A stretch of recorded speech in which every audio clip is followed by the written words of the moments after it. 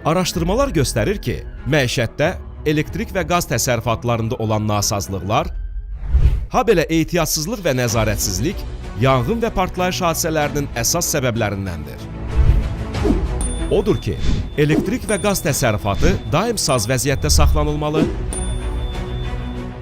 elektrik xəttləri və uzadıcılar həddindən artıq yüklənməməli, elektrik və qaz cihazlarında nasazlıq yarandıqda onların yoxlanılması və təmiri yalnız mütəxəssisə həvalə edilməli, qeyri-standart elektrik və qaz cihazlarından istifadə edilməməli, cihazlar istismar qaydalarına uyğun tətbiq edilməli, elektrik və qaz cihazları uşaqlar tərəfindən istifadə edilməməli, daim nəzarətdə saxlanılmalıdır.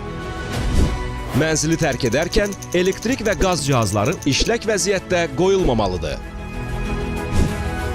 Bundan əlavə, mənzilə daxil olarkən qaz sızmasının baş vermədiyinə əmin olmadan işıq yandırmayın, elektrik və qaz cihazlarını işə salmayın, açıq oddan istifadə etməyin. Qaz iyi hiss etdikdə isə dərhal qapı və pəncərəni açın. Evə qazın girişini bağlayın və qəza xidmətinə xəbər verin. Unutmayın, qaydalara biganəlik həyatımıza təhlükədir. Təhlükə zamanı 112-yə zəng edin.